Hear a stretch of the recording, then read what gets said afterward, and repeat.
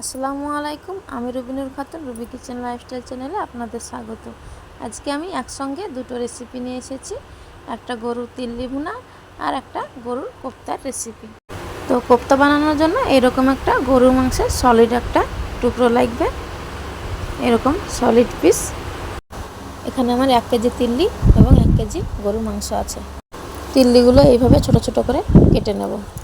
আসলে এইভাবে তিল্লিটা আমি কেটেই বোকা হয়ে গেছি, মাথায় হাত। আমি প্রথমেই তিল্লিগুলো কেটে দিয়েছি। আসলে তিল্লির উপরে যে আস্তরণটা থাকে, যে পর্দা থাকে, সে পর্দাটা না তুলেই আমি কেটে দিয়েছি। তো ভুল তো হয়েই গেছে, ওটার ব্যবস্থা পরে হবে। তার আগে আমি এই কোপ্তার মাংসটা রেডি করে নেব। এই যে চর্বিগুলো আছে, চর্বিগুলো আমি আলাদা করে রেখে দেব। যে পর্দাগুলো আছে সেগুলো আমি কেটে নেব। আসলে কোপ্তা বানানোর জন্য আমাদের একটা সলিড মাংসর পিস লাগবে, কোনো রকম পর্দা চর্বি থাকলে হবে না। তো এইভাবে আমি সব চর্বি পর্দাগুলো ছাড়িয়ে নেব। এবার আমি ছোট ছোট করে কেটে নেব। দেখুন, এরকম করে ছোট ছোট করে কেটে নেব। তারপর আমি মিক্সারে এটাকে কিমা বানিয়ে দেব।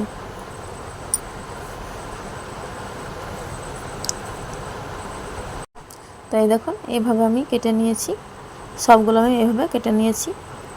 এবার আমি এটা পেস্ট করে নেব বা কিমা বানিয়ে নেব। আর তিল্লিগুলো ধুয়ে আমি সিদ্ধ করতে দেব। প্রথমে দিয়ে দিলাম হলুদ আর লবণ। এবার আমি তিল্লিগুলো দিয়ে দিলাম, এটাকে আমি সিদ্ধ করে নেব। দেখুন কত ময়লা বেরিয়েছে, কতটা রক্ত, এগুলো সব তিল্লি থেকে বেরিয়েছে। আমি তিল্লিগুলো ছেঁকে একটা বাসনে তুলে নেব।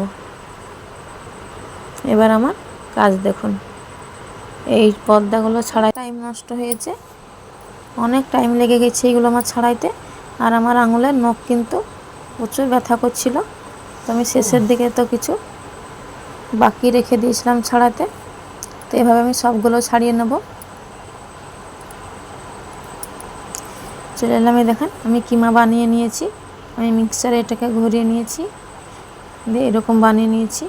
এবার আমি দিয়ে দেব স্বাদ মতো লবণ, লঙ্কার গুঁড়ো, হলুদের গুঁড়ো আর জিরা গোলমরিচের গুঁড়ো আর অল্প একটু গরম মশলা। তারপর আমি দিয়ে দিচ্ছি ধনে পাতার কাঁচা লঙ্কার পেস্ট, আদা রসুনের পেস্ট। এবার আমি হাত দিয়ে ভালোভাবে মাখিয়ে নেব। মাখানো হয়ে গেছে, এবার আমি একটা একটা করে বল বানিয়ে নেব। আমি এভাবে হাত দিয়ে চেপে চেপে বলের শেপ দিয়ে আমি সবগুলো এইভাবে বল বানিয়ে নেব। এই রেসিপিটা, এই কোপ্তা রেসিপিটা তাদের জন্য খুবই উপকারী হবে যারা তেল মশলা একদম পছন্দ করে না বা তারা খেতে পায় না, ডক্টরে মানা করেছে এরকম যারা, তারা এরকমভাবে খেলে কোনো রকমের তেলের ঝামেলা ছাড়াই এটা আপনি খেতে পারবেন। তো আমি সবগুলো বানিয়ে নিচ্ছি একটা একটা করে। তো এক এক করে আমি সবগুলো বানাচ্ছি। এই দেখুন, সবগুলো আমার রেডি হয়ে গেছে। এগুলো আমি এবার সিদ্ধ করে নেব। আপনারা চাইলে স্টিমও করতে পারেন। তো প্রথমে আমি অল্প একটু তেল দিয়ে দিয়েছি। তেলটা এবার আমি পুরো পাতিলে ছড়িয়ে দেব। এবার আমি যে বলগুলো কোপ্তাগুলো বানিয়ে রেখেছি সেগুলো আমি একসঙ্গে সব দিয়ে ঢাকা দিয়ে মিডিয়াম আঁচে রেখে দেব। তো প্রথমে সরষের তেল দিয়ে দিয়েছি, তারপর তেজপাতা আর কাঁচা লঙ্কা, পেঁয়াজ কুচি। এবার আমি এগুলো হালকা ভেজে নেব। এবার আমি তিল্লিগুলো ভুনা করে নেব। তিল্লি ভুনা করার আগে এভাবে আগে পেঁয়াজগুলো ভেজে নিতে হবে। এবার চলুন কোপ্তাগুলো দেখি কতটা পানি বেরিয়েছে। দেখুন কোপ্তা থেকে আমি পানিটা একদম যতক্ষণ না শুকাবে ততক্ষণ আমাকে এভাবে সিদ্ধ করে নিতে হবে। আর এই দেখুন পেঁয়াজগুলো, এদিকে পেঁয়াজ আমার হয়ে গেছে ভাজা। তো এবার আমি দিয়ে দিয়েছি লবণ, আদা রসুনের পেস্ট, লঙ্কা গুঁড়ো, হলুদের গুঁড়ো, জিরা গোলমরিচের গুঁড়ো আর এখানে আমি অল্প গরম মশলা দিয়ে দিলাম।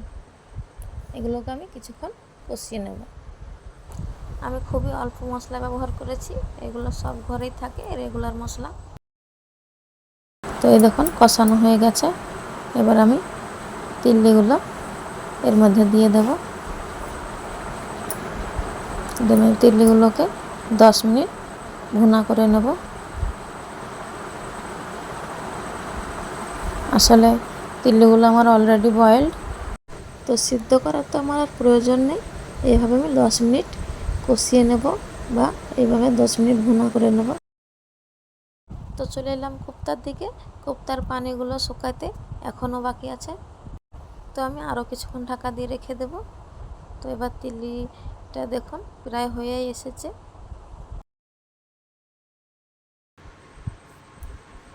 এইভাবে তিল্লি ভুনা খেতে খুবই ভালো লাগে। তো আমার তিল্লি ভুনা রেডি। চলুন দেখি কোপ্তাগুলো। এবার কোপ্তার আমি গ্যাসের ফ্লেমটা আমি হাই করে দিয়েছি। এবার যে পানিটা আছে এটা আমি তাড়াতাড়ি শুকিয়ে নেব।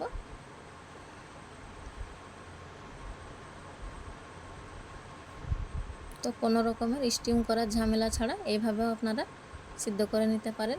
তো এবার আমি কোপ্তাগুলো অল্প তেলে ফ্রাই করে নেব। আর যারা তেল ছাড়াই খেতে চান তারা ওইভাবেই খেয়ে নিতে পারবেন, ভাতের সঙ্গে খেতে খুবই ভালো লাগবে। আর এইভাবে বানিয়ে আপনারা ফ্রিজে এয়ারটাইট বক্সে সংরক্ষণ করে রাখতে পারেন। তো আমার রেসিপিটা আপনাদেরকে কেমন লেগেছে কমেন্টে অবশ্যই জানাবেন। যারা আমার চ্যানেলটি সাবস্ক্রাইব করেছেন তাদেরকে অসংখ্য ধন্যবাদ। আর যারা আমার চ্যানেলটি এখনও সাবস্ক্রাইব করেননি তারা অবশ্যই আমার চ্যানেলটি সাবস্ক্রাইব করে দেবেন, বেল আইকনটি টিপে অল নোটিফিকেশান অন করে দেবেন। আর যারা আমার ফেসবুকের পেজ থেকে দেখছেন তারা আমার পেজটাকে ফলো করে দেবেন, যাতে আমার বানানো নিত্য নতুন রেসিপিগুলি আপনার মোবাইলে সবার আগে পৌঁছে যাবে। আর আমার ভিডিওটিতে লাইক কমেন্ট শেয়ার করতে ভুলবেন না। দেখা হচ্ছে পরের ভিডিওতে।